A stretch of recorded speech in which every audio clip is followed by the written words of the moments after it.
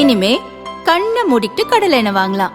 ஏன்னா மந்த்ரா கடலை எண்ணெய் இதயத்தின் தயாரிப்பு. வறுக்க பொரிக்க ஏன் எல்லா சமையலுக்கும் மந்த்ரா தான். மந்த்ரா கடலை எண்ணெய், அபார ருசி, ஆரோக்கியமான உடல் நலம்.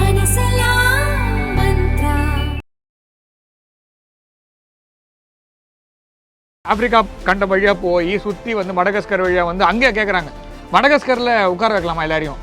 இவங்க எல்லாருமே ஐரோப்பிய பிரதேசத்தில், அந்த குளிர் பிரதேசத்தில் வாழ்ந்த யூதர்கள். இவங்களை கொண்டு போய் ஆப்பிரிக்காவில் விட்டிங்கன்னா எப்படி இருக்கும்னு நினச்சி பாருங்க.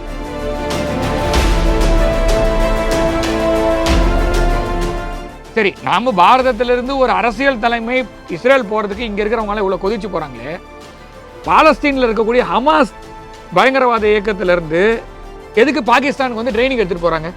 ஸோ அதுக்கு இவங்களால ஏதாவது கண்டனம் தெரிவிக்க முடியுதா?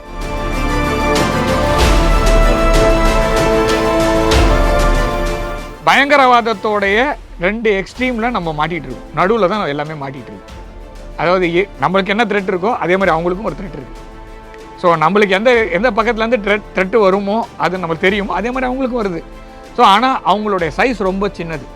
நான் சொல்கிறது வந்து சென்னையிலேருந்து நாகப்பட்டினம் ஒரு கோடு போட்டு இந்த பக்கம் ஒரு 40 கிலோமீட்டர், இந்த பக்கம் 40 கிலோமீட்டர் போச்சிங்கன்னா அவ்வளோதான் அந்த நாட்டோட சைஸு. அவங்களுடைய சைஸோட மைனஸ் பாயிண்ட் இந்தியாவோட சைஸோட ப்ளஸ் பாயிண்ட்.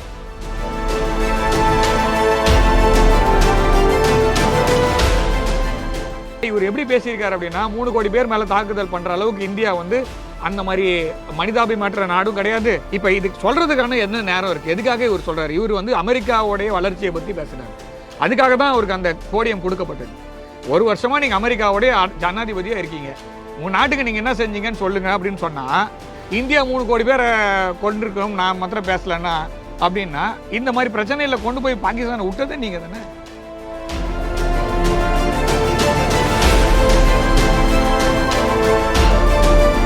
தினமலர் நேயர்களுக்கு அன்பான வணக்கம். நம்மோடு புவிசார் அரசியல் விமர்சகர் பேராசிரியர் கணேஷ்குமார் இணைந்திருக்காங்க. சார் வணக்கம். வணக்கம் சார். பிரதமர் நரேந்திர மோடியினுடைய 2 நாள் இஸ்ரேல் பயணம் மிக முக்கியமானதாக இருக்குது. பெஞ்சமின் நேத்தன்யாகு மிக அதிகப்படியான மரியாதை கொடுத்து வரவேற்ற மாதிரி இருந்துச்சு. அந்நாட்டினுடைய நாடாளுமன்றத்தினுடைய உயரிய விருது, இன்னும் சொல்லப்போனால் அந்த சேர் அப்படிங்கிறது எல்லாமே கொடுக்க.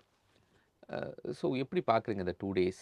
7 வருடங்கள் கழித்து, கிட்டத்தட்ட 8 வருடங்கள் கழித்து 2 பேருமே அவங்க சொந்த நாட்டில், அதாவது பாரத பிரதமர் நரேந்திர மோடி அவர்கள் வந்து இஸ்ரேல் போனார், அப்புறமா நெட்டான்யாஹு அவர்கள் இந்தியா வந்தார். அதுக்கப்புறமா அந்த 2 நாடுகளுடைய பயணம் அப்படின்றது ஒரு 8 வருஷம் கழிச்சு இருக்குல்ல. பாரத பிரதமர் தான் மொத்தம்தான் ஒரே பிரதமர் இஸ்ரேல் சென்றவர். இதுக்கு முன்னாடி எந்த ஒரு பாரத பிரதமராக இருந்தவர் யாருமே சென்றதில்லை. 70 வருடங்கள் கழித்து இஸ்ரேல் வந்து ஒரு மிகப்பெரிய நட்பு நாடு. நம்மளுக்கு கிட்டத்தட்ட வந்து 70 வருடங்களாக நம்மளுக்கு எந்த விதத்தில் ஹெல்ப் பண்ண முடியுமோ, அவங்களே சின்ன நாடு, அவங்களுக்குமே எந்த ஒரு பெரிய வளங்களோ எதுவுமே இல்லாத ஒரு நாடு, அவங்களோட எந்த டெக்னாலஜியாக இருக்கட்டும், அவங்களோட எந்த ஒரு பாதுகாப்பு உபகரணமாகட்டும் இந்தியாவுக்கு வந்து கண்டிப்பாக கொடுப்பதில்லை. அவங்க என்றைக்குமே தயக்கம் காட்டினதில்லை. இருந்தாலும் இந்தியா வந்து ஒரு அந்த நாட்டை வந்து அங்கீகரித்து அந்த நாட்டோடைய ஒரு தூதரக அளவிலான ஒரு ஒரு என்ன சொல்கிறது நட்பை வளர்த்தது எல்லாமே வந்து 90களில் தான் பார்க்க முடியும். அதே மாதிரி பாலஸ்தீனும் வேணும், இஸ்ரேலும் வேணுன்ற அந்த கோட்பாடு இந்தியாவோட வெளியுறவு கொள்கையில் எந்த ஒரு மாற்றமும் இல்லை.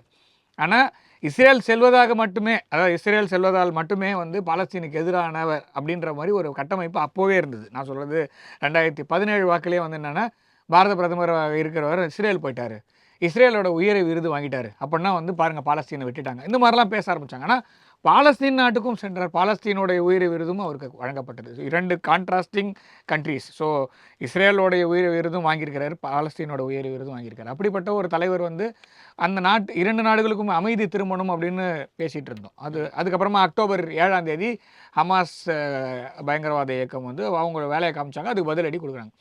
அன்னைக்கு சொன்னது தான் இன்றைக்கும் நம்ம கண்டினியூ பண்ணுறோம். மாற்றி பேசுறதுன்றது பாரத பிரதமருக்கும் சரி பாரதத்துக்குமே கிடையாது. தீவிரவாதத்தை வேரோடு அழிக்க வேண்டும், தீவிரவாதத்தை களை எடுக்க வேண்டும் அப்படிங்கிறது தான் வந்து பாரதத்துடைய கோட்பாடாக இப்போதைக்கு இருக்குது.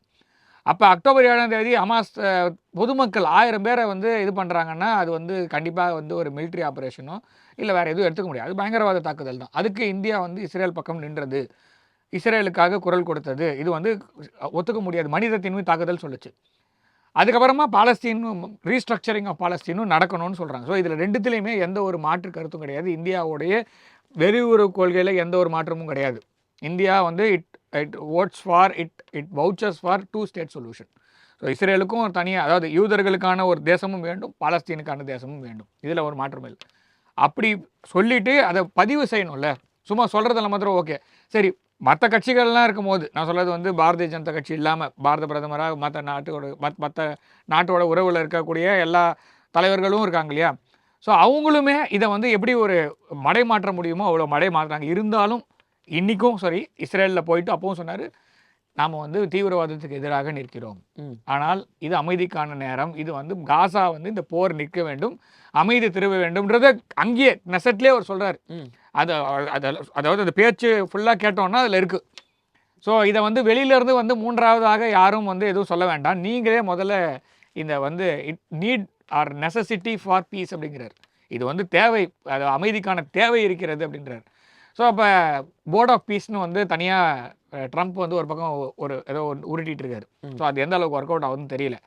ஆனால் அங்கே இருக்கக்கூடிய அனைத்து பாராளுமன்ற உறுப்பினர்கள், அதாவது அந்த இஸ்ரேலோடைய அந்த உறுப்பினர்கள், செனட் அந்த உறுப்பினர்கள் அனைவருமே எத்தனை தடவை ஸ்டாண்டிங் ஓவேஷன்னு பாருங்கள். அதே மாதிரி அத்தனை பேரும் ஒத்துக்கிறாங்கல்ல. இது யார் பேசினா ஒத்துப்பாங்களோ அப்போ தான் அமைதி வரும்.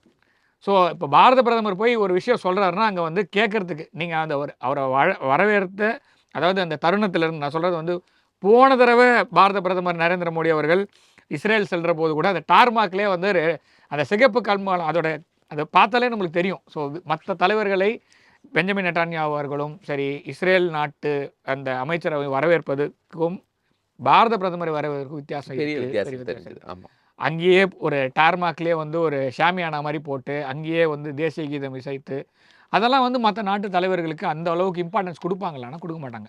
அதுக்கு விருது கொடுக்கும்போது கூட அவங்க என்ன சொன்னாங்கன்னா, தனி மனிதருக்கு நாங்கள் இது வரைக்கும் கொடுத்தது இல்லை, கரெக்ட் அப்படிங்கிறத ரொம்ப ஃபோக்கஸ் பண்ணி. ஏன் அப்படின்னா, அதாவது முதல் விஷயம், இந்தியர்களை அவர்கள் என்றுக்குமே மறந்ததில்லை. நான் சொல்கிறது இஸ்ரேலியர்கள், முக்கியமாக யூதர்கள் இருக்காங்க இல்லையா, அவங்க வந்து இந்தியா வந்து என்றைக்குமே யூதர்களை, அவங்க இந்தியர்கள் நம்ம என்றைக்குமே யாரையுமே வந்து மாற்றாந்தாயாக பார்த்ததும் கிடையாது, யாரையும் அந்த மாதிரி ட்ரீட் பண்ணதே கிடையாது.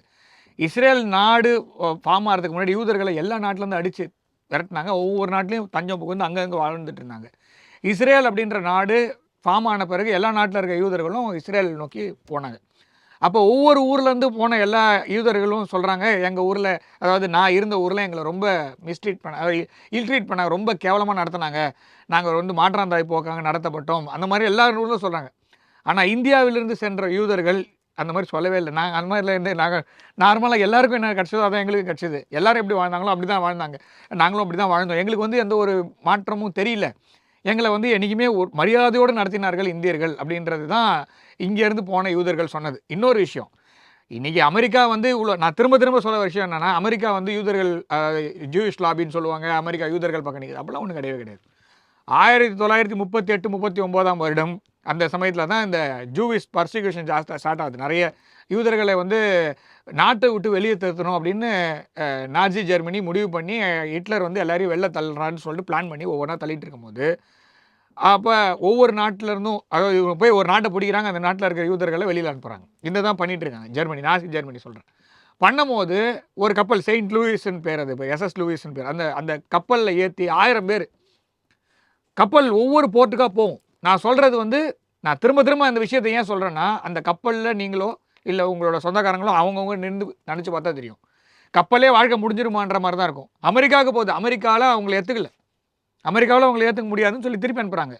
அது அப்படியே ஆப்பிரிக்கா கண்டம் வழியாக போய் சுற்றி வந்து மடகஸ்கர் வழியாக வந்து அங்கே கேட்குறாங்க, மடகஸ்கரில் உட்கார வைக்கலாமா எல்லாரையும். இவங்க எல்லாருமே ஐரோப்பிய பிரதேசத்தில், அந்த குளிர் பிரதேசத்தில் வாழ்ந்த யூதர்கள், இவங்களை கொண்டு போய் ஆப்பிரிக்காவில் விட்டிங்கன்னா எப்படி இருக்கும்னு நினச்சி பாருங்கள். அதாவது நம்ம சைபீரியன் ஹஸ்கி நம்ம வளர்க்குறோம்ல, அதோட ஒரு கொடுமை எதுவுமே கிடையாது. ஏன்னா அது வந்து சைபீரியாவில் இருக்க வேண்டியது, அது நம்ம ஊர் 45 டிகிரியில் அது எவ்வளோ கஷ்டப்படுதுன்னு தெரியாது, ஆனால் வளர்க்கணுன்றதுக்காக வளர்க்குறேன்.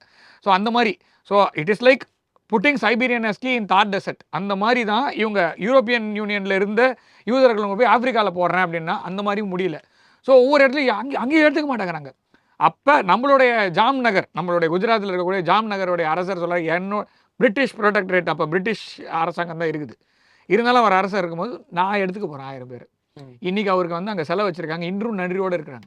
ஸோ அந்த மாதிரி எப்போல்லாம் வந்து ஜூதர்கள் மாத்திரம் இல்லை, எல்லாருக்குமே சேர்த்து தான் இந்தியா வந்து அந்த தாய் ஸ்தானத்தில் இருந்து வழி நடத்தி இருக்கிறோம். அதை யூதர்கள் இன்னும் மறக்கவில்லை, முக்கியமாக இஸ்ரேல் மறக்கலை. அதனால ஒரு நன்றி தெரிவிக்கும் படலமாக இந்த வாங்கன்னு கூப்பிட்றதுக்கே ரீசன் அதுதான். நீங்கள் வந்து எங்களுக்கு ஹெல்ப் பண்ணியிருக்கீங்க, நாங்கள் பதில் நன்றி சொல்லணும். பாகிஸ்தானுக்கு டர்க்கி ஹெல்ப் பண்ணுது, டர்க்கிக்கு நம்ம ஹெல்ப் பண்ணுறோம், திரும்பவும் பாகிஸ்தானுக்கு தான் டர்க்கி ஹெல்ப் பண்ணவே தவிர நம்ம ஹெல்ப் பண்ணவே மாட்டாங்க. இப்படிப்பட்ட ஒரு ஈக்குவேஷன் நம்ம இருப்போம். ஆனால் டர்க்கிக்கு நம்ம பாரத பிரதமர் போனார்னா எந்த ஒரு ப்ராப்ளமும் வராது. இங்கே இருக்கிற அரசியல் தலைவர்களும் இங்கே உள்நாட்டில் இருக்கக்கூடியவரும் வெளிநாட்டில் இருக்கணும். ஆனால் இஸ்ரேலுக்கு போனால் மொத்தம் பெரிய பிரச்சனை. ஏன்னா நம்ம 2 பேரும் ஒன்று சேர்ந்தா நிறைய விஷயம் நடந்துடும். அது நடக்கக்கூடாதுன்றதுக்காகவே இவங்க இதை பண்ணிட்டு இருக்காங்க. அதனால தான் அவ்வளோ பெரிய ஒரு நரேட்டிவ் செட் பண்ணி இந்தியா வந்து பாலஸ்தீனத்தை கைவிட்டதுன்னே எழுத ஆரம்பிச்சிட்டாங்க. அப்படிலாம் ஒன்றும் கிடையாது. இந்தியா அதே இஸ்ரேல் வந்து இந்தியாவுக்கு ஆதரவாக இருந்தாலும் இந்தியா நடுநிலையோடு ஒழுங்காக தான் செயல்பட்டு இருக்காங்க. பாலஸ்தீனுக்கு ஃபுல் ஸ்டேட் கொடுக்கணும் அப்படின்னு ஐநா சபையில் தீர்மானம் நிறைவேற்றும் போது இந்தியா பாலஸ்தீன் பக்கம் தான் நின்றுது, இஸ்ரேல் பக்கம் நிற்கலை. இஸ்ரேலுக்கும் நாடு வேணும், பாலஸ்தீனுக்கும் நாடு வேணும் தான் ஓட்டு போட்டோம் நம்ம. ஆனால் இந்த மாதிரி தீவிரவாதம், பயங்கரவாதத்தை கண்டிப்பாக ஒழிக்கணும். சரி, நாம் பாரதத்திலிருந்து ஒரு அரசியல் தலைமை இஸ்ரேல் போகிறதுக்கு இங்கே இருக்கிறவங்களாம் இவ்வளோ கொதிச்சு போகிறாங்களே, பாலஸ்தீனில் இருக்கக்கூடிய ஹமாஸ் பயங்கரவாத இயக்கத்திலேருந்து எதுக்கு பாகிஸ்தானுக்கு வந்து ட்ரைனிங் எடுத்துகிட்டு போகிறாங்க? ஸோ அதுக்கு இவங்களால் ஏதாவது கண்டனம் தெரிவிக்க முடியுதா? நான் சொல்கிறேன், அமெரிக்கா உட்பட, அமெரிக்கா, ஐரோப்பிய யூனியன், அப்புறமா இஸ்லாமிய நாடுகள் எல்லாமே சேர்த்து பாரத பிரதமர் நரேந்திர மோடி அவர்கள் அங்கே போகிறதுக்கு அமெரிக்காவை வாயை திறக்கலை இப்போ ரீசெண்டாக. அதே மாதிரி ஐரோப்பிய ஒன்றிய நாடுகள் வாயை திறக்கலை. இஸ்லாமிய நாடுகள், அங்கே இருக்கக்கூடிய சுற்றி நாடுகள் எல்லாமே வரவேற்கின்றன. ஓகே, இவர் போனார்னா ஒரு அமைதி வரும்ன்ட்டு. ஆனால் இங்கே இருக்கக்கூடியவர்களும் பாகிஸ்தானும் பங்களாதேஷும் இங்கே இருக்கக்கூடிய, அதுக்கப்புறமா அவங்களோட ஸ்டேட்ஸ் என்னன்னு அவங்களுக்கு தான் தெரியும். இவர்கள் தான் வந்து பாரத பிரதமருடைய பயணத்தை எதிர்க்கிறார்களே தவிர மற்றபடி ஒரிஜினல் தான்ற மாதிரி பாகிஸ்தான் என்றைக்குமே டூப்ளிகேட் தான். ஸோ ஒரிஜினல் யாருன்னா அரப் பெனின்சுலாவில் இருக்கிறவங்க தான். அவங்க வந்து கரெக்டாக ஒத்துக்கிறாங்க. They are having good relationship with Israel. நான் சொல்கிறது UAE நல்ல ரிலேஷன்ஷிப்பில் இருக்காங்க, சிங்கப்பூர் நல்ல ரிலேஷன்ஷிப்பில் இருக்காங்க, எல்லாருமே நல்ல ரிலேஷன்ஷிப்பில் இஸ்ரேலோட இருக்காங்க. நான் மாத்திரம் இருக்கக்கூடாதுன்றத கேள்வி. அதனால் நம்மளுக்கு கொடுக்கப்பட்ட வரவேற்பு இவர்கள் அனைவரை விட ஏன் இவ்வளவு முக்கியத்துவமாக இந்தியாவுக்கு கொடுக்கணும்? அதுதான் சொல்கிறேன். நம்ம காலங்காலமாக, அதாவது சிவிலைசேஷனல் ஸ்டேட்ஸ்னு சொல்லுவோம். இது வந்து பழம்பெரும் நாகரிகங்களை கொண்ட 2 நாடுகள் நம்மளுடைய இருப்பை இழந்துவிட்டு மீண்டும் அந்த இருப்பை எடுப்பதற்காக இருக்கக்கூடிய 2 பழம்பெரும் நாகரிகங்கள் ஏன் இணைந்து செயலாற்றக்கூடாது அப்படின்ற கேள்வியை தான் முன் வைக்கிறாங்க. நான் சொல்றேன், it is not only countries. It is not only 2 leaders, it is not only 2 countries, it is about 2 civilizational states. ஓகேவா? அதாவது பழம்பெரும், நம்மளுக்குன்னு ஒரு நாகரிகம் இருக்குது, அதே மாதிரி அவங்களுக்கும் நாகரிகம் இருக்குது. ஓகேவா? 2 பேருமே, இந்த 2 பேருமே 2000 வருடங்களாக கலாச்சார ரீதியாகவும் வணிக ரீதியாகவும் நம்மளுக்குள்ள தொடர்பு இருந்தது. அது நடுவில் பிரிட்டிஷ் இம்பீரியலிசம் போது நிறைய எல்லாருமே அடி வாங்கினவங்க. சைனாவுமே நம்மளுக்கும் சைனாவுக்கும் 2000 வருஷத்துக்கு மேலே தொடர்பு இருக்குது. அதுவும் சைனாவும் சிவிலைசேஷன் ஸ்டேட் தான், ஈஜிப்டும் சிவிலைசேஷனல் ஸ்டேட் தான். இவங்க எல்லாருமே காலங்காலமாக நம்ம கூட வர்த்தகம் பண்ணிட்டு இருந்தவங்க, நம்ம கூட வந்து தொடர்ந்து வந்து போக்குவரத்து நாடாக தான் இருந்தது. ஸோ அந்த மாதிரி பழமொழினாவே இருக்குது. இந்தியாவுக்கும் சீனாவுக்குமான பழமொழி, இந்தியாவுக்கும் அரபுக்குமான பழமொழிலாம் இருக்குது. 2000 வருஷம், நான் சொல்கிறது 1500 வருஷத்துக்கு முன்னாடிலாம் இல்லை, 2000 வருஷத்துக்கு முன்னாடியிலேருந்தே நம்மளுக்கு வந்து தொடர்பு இருக்குது. கிபி 200ஆம் நூற்றாண்டு, நான் சொல்கிறது 200, கிபி 200ல் சினாகாகம் ஒன்று கேரளாவில் ஆரம்பித்தாங்க, இன்னும் இருக்குது அது. ஸோ அப்போ 200னா 1800 வருஷம் பழசு. ஸோ அப்படிப்பட்ட ஒரு இதுதான் நம்மளுடைய சிவிலைசேஷனல் கனெக்ட் தான் இருக்குது. ஸோ இது வந்து இப்போ வந்து இன்னைக்கு நேற்று வரல, காலங்காலமாக நம்ம வந்து தொடர்பில் தான் இருக்கோம். 2 பேருக்கும் ஒரே பிரச்சனை இருக்குது, பக்கத்து நாடு பிரச்சனை. அந்த பக்கத்து நாடு பிரச்சனையை விட்டுட்டு போனது வந்து நம்ம திருப்பி 2 பேருமே ஒரே மாதிரி இடத்துல தான் வந்தோம். ஸோ யூரோப்பியன் இம்பீரியலிசம்னால 2 பேருமே பாதிக்கப்பட்டோம். 2 பேர்களோட இடமும் பிடுங்கப்பட்டது. 2 பேர்களுக்கும் தனியாக நம்மளுக்கு ஆப்ஷனே கிடையாது. நான் பெரிய தனியாக போவேனா இருப்பேனா அந்த ஆப்ஷனே கிடையாது. 2 பேருக்குமே ஈக்குவலண்ட்டான ஒரு ஸ்டேட்டஸாக தான் நான் வைப்பேன். 2 பேருக்கும் பக்கத்தில் இருக்கிற நாடோடைய ஸ்டார்டிங் லெட்டர் P, 2மே ப்ராப்ளமேட்டிக் ப்ராப்ளம். அவ்வளோதான். இது ப்ராப்ளம் பெருநிலையில் போயின்னு தான் இருக்குது. ஸோ இது எப்போ அடங்கும்ன்றது வந்து அகெயின் அந்த ப்ராப்ளத்தோட ஆர்ஜினும் அதே தான், ஃபண்டமெண்டலிசம். அந்த ஃபண்டமெண்டலிசமும் அப்படியே பழகுதுன்னா அப்படி கிடையாது, அதுக்கு வெளியிலேருந்து ஒருத்தன் ஊற்றிட்டு இருக்கான் எண்ணெய். 2 பேருக்கும் அதே தான், காமர்லேயே வச்சுக்கணும், அப்படியே வச்சுக்கிட்டே இருக்கணும். அப்படி இருந்தால் தான் இந்த 2 பேரையும் இப்படி கண்ட்ரோலில் வச்சுக்க முடியும். இன்சிடென்டலி ஆக்சிடென்டலி 2 நாடோடைய ஸ்டார்டிங் லெட்டரும் I.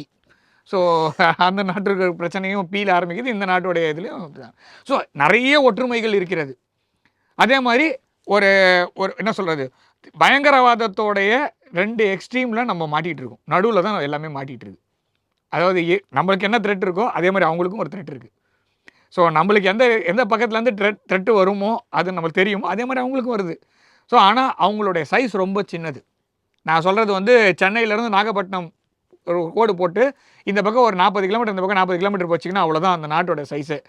அவங்களுடைய சைஸோட மைனஸ் பாயிண்ட் இந்தியாவோட சைஸோட ப்ளஸ் பாயிண்ட். இந்தியாவுடைய மக்கள் தொகையோடைய அது மைனஸ் பாயிண்ட்டு நம்ம எடுத்துக்க முடியாது. இந்தியாவுடைய மக்கள் தொகை அவங்களுடைய மக்கள் தொகை அப்படியே ரிவர்சல்.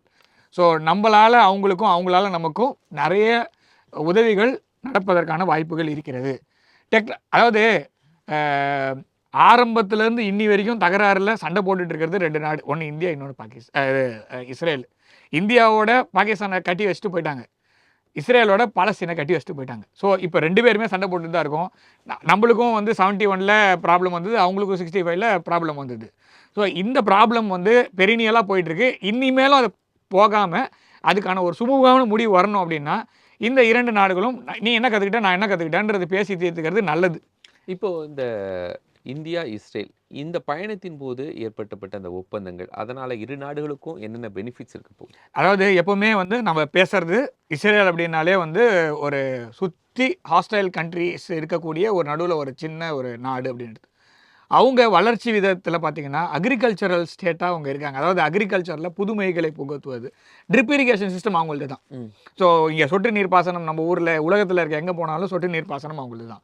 அதே மாதிரி ஹைட்ரோபோனிக்ஸ் தண்ணியில் வந்து அதாவது பாலைவனத்துக்கு நடுவில் அதாவது ஃபவுண்டிங் ஆஃப் டெல் அவீவ் அப்படின்னு நீங்கள் கூகுளில் சர்ச் பண்ணிங்கன்னா, ஏதாவது ஒரு சர்ச் இன்ஜினில் போயிட்டு படத்தில் போயிட்டு ஃபவுண்டேஷன் ஆஃப் டெல் அவீவ்னு பார்த்தீங்கன்னா ஒரு கும்பலாக ஒரு 100 பேர் ஒரு இடத்துல வனாந்திரத்தில் இருப்பாங்க. அதாவது ஒரு பாலைவனம், அதில் ஒரு 100 பேர் இருப்பாங்க.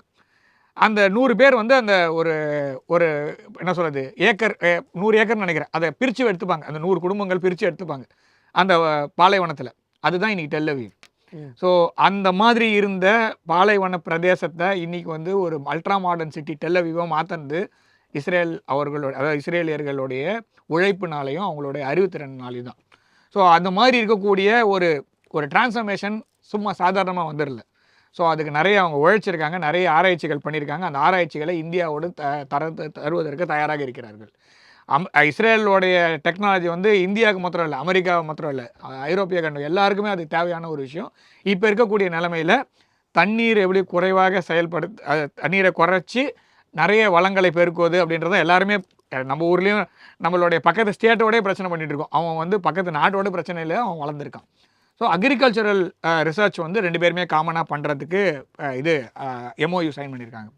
எஜுகேஷன் நான் சொல்கிறது வந்து இந்தியா இஸ்ரேல் எஜுகேஷன் அக்ரிமெண்ட் ஒன்று புதுசாக போட்டுருக்காங்க. ஸோ இந்தியாவிலேருந்து இனிமேல் வந்து அமெரிக்கா போகணும், ஐரோப்பிய ஒன்றியம் போய் படிக்கணும்னு அவசியம் இல்லை. இங்கே அவங்களுடைய யூனிவர்சிட்டி செட்டப் பண்ணுறதும் நம்மளுடைய யூனிவர்சிட்டிஸ் அங்கே செட்டப் பண்ணுறதும் நம்ம மாணவர்கள் அங்கே போகிறது, அங்கே இருக்கக்கூடிய மாணவர்கள் இங்கே வருவதற்கான கல்ச்சுரல் ரீதியாகவும் எஜுகேஷன் ரீதியான என்ன சொல்கிறது கூட்டமைப்பும் இதன் மூலமாக செயல்படுத்துவோம். அடுத்த கட்டத்துக்கு நவுத்திருக்கோம். அதுக்கு மேலே டிஃபென்ஸில் ஆஸ் யூஷுவல் நம்ம தான் பராக் அப்படின்றக்கூடிய ஒரு கூட்டு தயாரிப்பு, ஃபாஸ்டஸ்ட் மிசைல் அப்படின்றது வந்து உலகத்தில் பிரம்மோஸ் எப்படி ரஷ்யாவோட கூட்டு தயாரிப்போ வச்சுருக்கோமோ, இஸ்ரேலோட பராக் அப்படின்ற ஒரு ஹைப்பர்சானிக் மிசைல் வந்து நம்ம கூட்டு தயாரிப்பாக இருக்கிறது. அதை அடுத்த கட்டத்துக்கு நகர்த்துவதற்கும், அதுக்கப்புறம் விமானம் ப்ளஸ் நிறைய ஏஐ டெக்னாலஜி, அப்புறமா வந்து முக்கியமாக அக்ரிகல்ச்சர், எஜுகேஷன் அண்ட் ஏஐ தான் அடுத்த உலகத்தோடைய அடுத்த நூற்றாண்டை தீர்மானிக்கப்படுகிறது. இன்னொன்று சொல்கிறார் பாரத பிரதமர், ஏஐ மாத்திரம் இல்லாமல் குவாண்டம், அதை தான் நம்ம அடிக்கடி சொல்லிட்டு இருக்கிறது வந்து குவாண்டம் டெக்னாலஜி வந்து இந்தியா இது வரைக்கும் அன்டாப்டாக இருக்கக்கூடிய விஷயம். உலகத்தில் அமெரிக்கா வந்து 1000 கியூபிட்ஸ் அப்படின்ற ஒரு அந்த எண்ணை எட்டி இருக்கிறது. அதில் பாதி 500 கியூபிட்ஸ்ன்றதை வந்து சைனா எட்டி இருக்கிறது. நம்ம வந்து 21 அப்படின்ற எண்ணிக்கையில் இருக்கும், 25 அப்படி வச்சுருக்கோம்.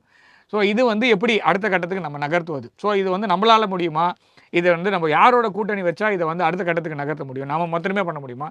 இல்லை இஸ்ரேல் இந்த மாதிரி ஒரு நாட்டுகளோடைய நம்ம கூட்டமைப்பில் இதை நம்ம பண்ண முடிஞ்சதுன்னா நம்ம வந்து அடுத்த வரக்கூடிய அந்த தொழில்நுட்பத்தில் நம்ம மேலே கொண்டு போகிறதுக்கு இந்தியா வந்து முன்னணி நாடாக இண்டஸ்ட்ரியல் ரெவல்யூஷன் நம்ம விட்டுட்டோம். ஸோ ஐடி ரெவல்யூஷனில் நம்ம வந்து ஒரு கன்சியூமராக இருக்கோம், ப்ளஸ் நம்மளுடைய மக்கள் வந்து அந்த நாட்டில் போய் உட்காந்து வேலை செய்கிறாங்களே தவிர இந்தியாவுக்குன்னு தனியாக ஒரு ஓஎஸ்ஓ இல்லை மொபைல் ஓஎஸ்ஓ இல்லை வந்து சிப் மேனுஃபேக்சரிங்கில் கூட நம்ம இல்லை. ஸோ இப்போ அடுத்த கட்டத்துக்கு நாங்கள் ஊற்றணும்னா நம்ம வந்து இப்போ நான் போய் திரும்ப நான் I don't want to go and reinvent the wheel. So அது பண்ண முடியாது. ஸோ அட்லீஸ்ட் குவாண்டமில் நம்ம முன்னெடுக்கலாம். ஏஐயில் வந்து அடுத்தது முன்னெடுக்கலாம். நம்ம வந்து இந்த சூப்பர் கம்ப்யூட்டர் இருக்கு இல்லையா, அது வந்து இந்தியாவிற்கு தர மறுக்கப்பட்டது. அப்போது விஜய் பக்தர் அப்படின்றவர் தான் இந்தியாவுடைய சூப்பர் கம்ப்யூட்டரிங் ஃபெசிலிட்டியோட father of Indian super computers. அவரோட பேசுவதற்கான வாய்ப்பு கிடச்சி நான் சொல்ல கொஞ்ச நாள் சில வருடங்களுக்கு முன்னாடி. அப்போ சொல்லுவார், நம்ம எதெல்லாம் நம்மளால் முடியாதுன்னு சொன்னாங்களோ அதெல்லாம் நம்ம மீது எதெல்லாம் வந்து விழுந்ததோ நான் கொடுக்க மாட்டேன்னு சொல்கிறேன், அதெல்லாம் நம்ம சிறப்பாக செஞ்சிட்டோம் அப்படின்ட்டு. அப்போ அதே மாதிரி இப்போ நம்ம குவாண்டம் கம்ப்யூட்டர்ஸை நம்ம செய்வோம் அப்படின்ற நம்பிக்கை எனக்கு இருக்குது. அது வந்து நம்ம இஸ்ரேலோடைய உதவியை நம்ம எடுத்துக்கொள்ளலாம். இஸ்ரேல் வந்து அதாவது ஒரு நாள் அவங்க மிஸ் பண்ணாங்கன்னா அந்த நாடே இருக்காது. அந்த மாதிரி ஒரு எப்போவுமே அலர்ட்டாக இருக்கக்கூடிய ஒரு ஒரு ஒரு என்ன சொல்ல ஸ்டேட். அவங்கக்கிட்ட நம்ம நிறைய பாடம் கற்றுக்கொள்ள வேண்டியது இருக்கிறது. கூட்டமைப்பு வலுப்பெற்றதுன்னா நம்மளுக்கு நல்லது தான். ரொம்ப சந்தோஷம் கணேஷ். நிறைய முக்கியமாக இன்னொரு விஷயம், ஈரான் போயிடலாம். ஓகே, ஈரானில் போர் வருமா வராதா? அதே மாதிரி அமெரிக்காவுடைய அதிபர் ட்ரம்ப் வந்து 3 கோடி பாகிஸ்தான்காரங்க செத்து போயிடுவாங்க, ஷபாஸ் ஷெரீஃபே கொல்லப்பட்டிருப்பார், நான் மாத்திரம் ஃபோன் பேசலன்னா, நான் தான் போகிறேன் நிறுத்தினேன்னு அமெரிக்காவோட ஸ்டேட் ஆஃப் த யூனியன் அந்த இதில் வந்து பேசியிருக்காரு. அது வந்து கண்டிப்பாக நம்ம மறுப்பு தெரிவிக்கணும். அது அவர் பேசுறது தப்பு, அப்படி பேசக்கூடாது. ஓகே, ட்ரம்ப் சொன்ன ஒரு விஷயம் சார், முக்கியமான அமெரிக்காவுடைய சபையில் சொன்ன ஒரு விஷயம், நான் போகிற நிறுத்தலைன்னா கிட்டத்தட்ட 3 கோடி பாகிஸ்தானியர்கள் மரணித்திருப்பாங்க அப்படின்னு. இந்த ஸ்டேட்மெண்ட்டை எதுக்கு பாகிஸ்தானை பயங்காட்டுறதுக்கு சொல்கிறாரா, யாருக்காக சொல்கிறாரு? இல்லை, அமெரிக்காவோட செனட்டில் அதாவது ஸ்டேட் ஆஃப் த யூனியன் அப்படின்னு அதாவது ஒரு வருடத்துக்கு ஒரு தடவை எல்லாரையும் கூட்டமாக உட்கார வச்சு பேசுவாங்க. அதில் வந்து இந்த வருஷத்தோடைய சாதனைகள் என்ன, இந்தியா அதாவது அமெரிக்கா எப்படி, நம்ம இந்தியாவில் வந்து பாராளுமன்றம் கூட்டினோடனே நன்றி தெரிவிக்கும் தீர்மானம்னு ஒன்று வைப்போம் இல்லையா, அந்த மாதிரி அவங்க ஊரில் SOTU அப்படின்னு ஸ்டேட் அதாவது சரி அந்த யூனியனோடைய அட்ரஸ் அது. அந்த அட்ரஸில் அவர் வந்து என்ன சொல்கிறாரு, அவர் சம்மந்தமே இல்லாமல் பேசுகிறார். அதாவது லாங்கஸ்ட்டு யூனியன் அட்ரஸ்ன்னு சொல்கிறாங்க இதை. அதே மாதிரி வந்து ரொம்ப மோசமான அவங்களுடைய கமெண்ட்ஸ் எல்லாம் படிக்க முடியல. ரொம்ப சோஷியல் மீடியாவில் வந்து ஒரு எள்ளி நகை ஆடுற மாதிரி தான் அவருடைய உரை இருந்தது. அதில் அவர் சொல்கிறது என்னென்னா, இது 80வது தடவை சொல்கிறார் அவர். அதாவது இந்தியாவுக்கும் பாகிஸ்தானுக்குமான போரை நான் நிறுத்தினேன் அப்படின்றது. அவர் என்ன சொல்ல வர்றாருன்னா, இந்த ஒரு வருஷம் நான் சும்மா இல்லை, இந்த ஒரு வருஷம் நான் இதெல்லாம் பண்ணேன்னு காமிக்கிறதுக்கு இந்த கடைசியில் ஹோம்ஒர்க் பண்ண வீட்டில் விட்டு வந்த அந்த மாதிரி இருக்காது, அவ்வளோதானே தவிர மற்றபடி அவர் சொல்கிறதெல்லாம் எடுத்துக்கணும். அவர் சொல்கிறது வந்து ஆக்சுவலாக கண்டிக்கத்தக்க வேண்டிய விஷயம். ஏன்னா அவர் அமெரிக்க மக்களுக்கும் சரி உலகத்திற்கும் தவறான ஒரு செய்தியை கொண்டு சேர்க்கிறார்.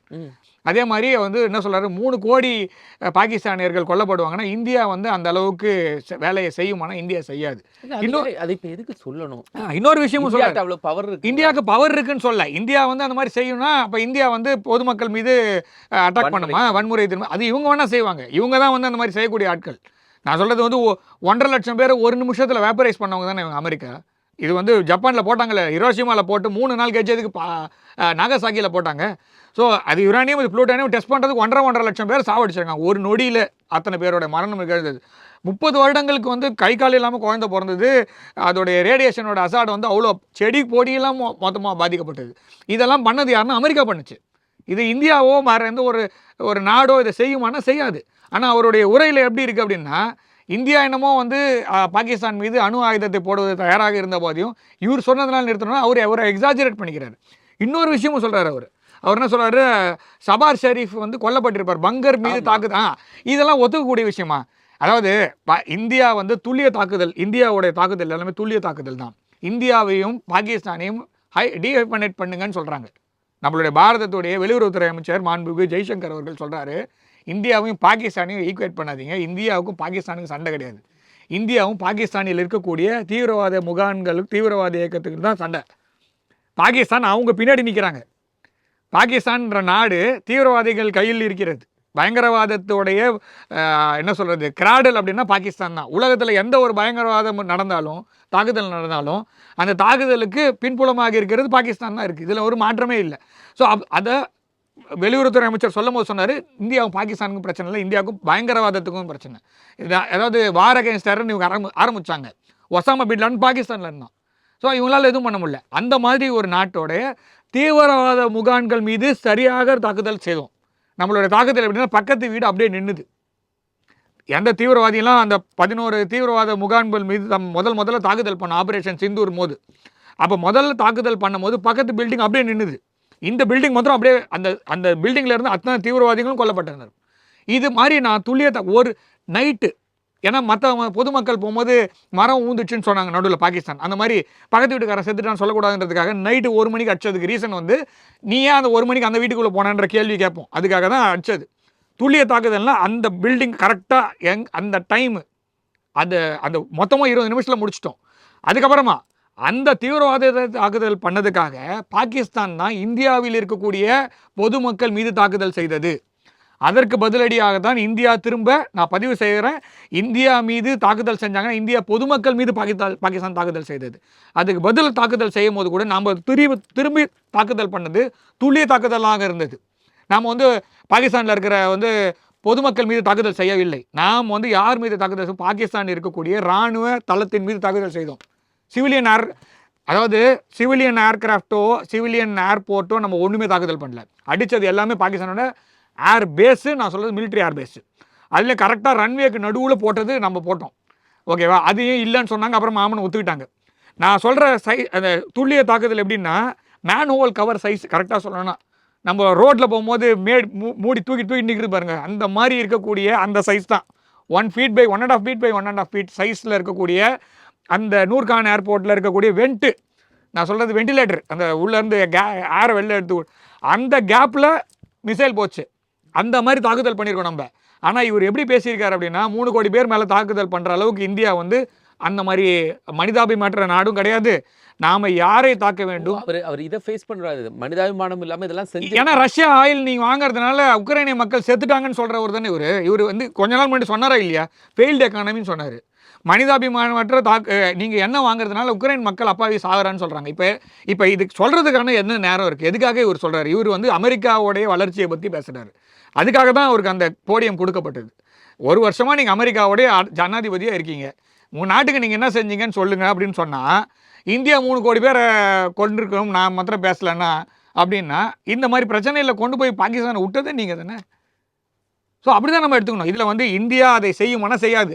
ஆனால் வெனிசுலாவிலிருந்து அதிபரை கடத்தியது எந்த நாடுன்னு அவங்கவுங்களும் முடிவு பண்ணிக்கிட்டோம். இந்தியா வந்து அதிபரை தாக்குமா, அதிபரை கொத்தா தூக்குமானா இந்தியா செய்யாது.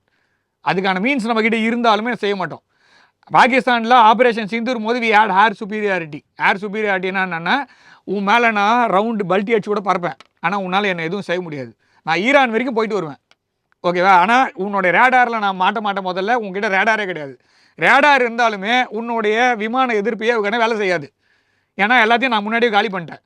அப்படிப்பட்ட ஏர் சுப்பீரியாரிட்டி இருந்த போது கூட போரை நிறுத்துங்கள் கேட்டவுடனே போரை நிறுத்திட்டோம்.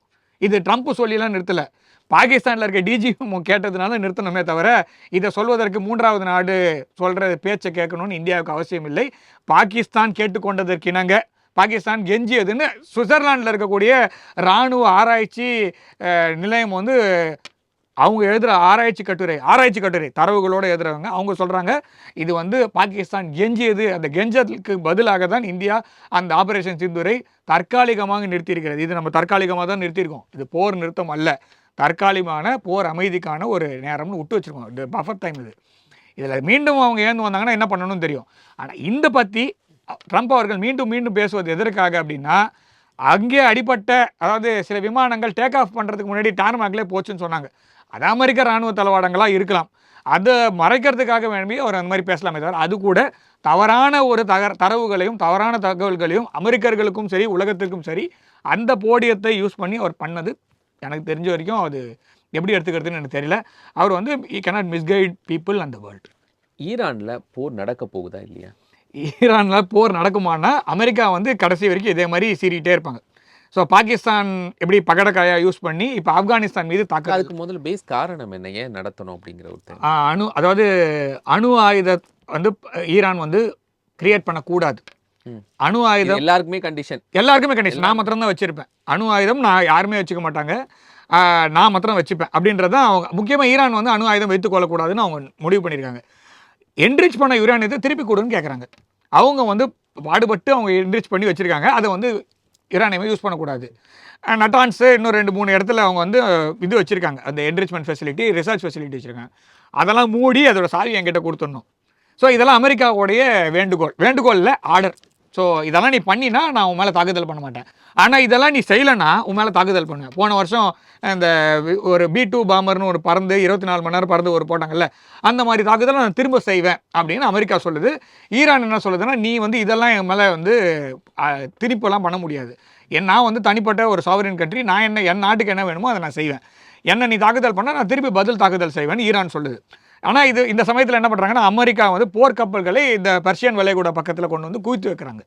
ஸோ இது வந்து போர் நடக்குமா நடக்காதான்னா, அமெரிக்கா வந்து கொஞ்சம் கொஞ்சமாக இந்த மாதிரி பேசிட்டு அவங்க அந்த இடத்த விட்டு போயிடுவாங்க. ஆனால் இப்போதைக்கு ஏன்னா அவங்க ஈரான் மீது தாக்குதல் பண்ணாங்கன்னா, அமெரிக்காவுடைய பேஸ் நான் சொல்கிறது வந்து இப்போ இந்த அரப் பெனின்சுலா முழுக்க இருக்குது, அதை சுற்றி இருக்க பாகிஸ்தானில் இருக்குது.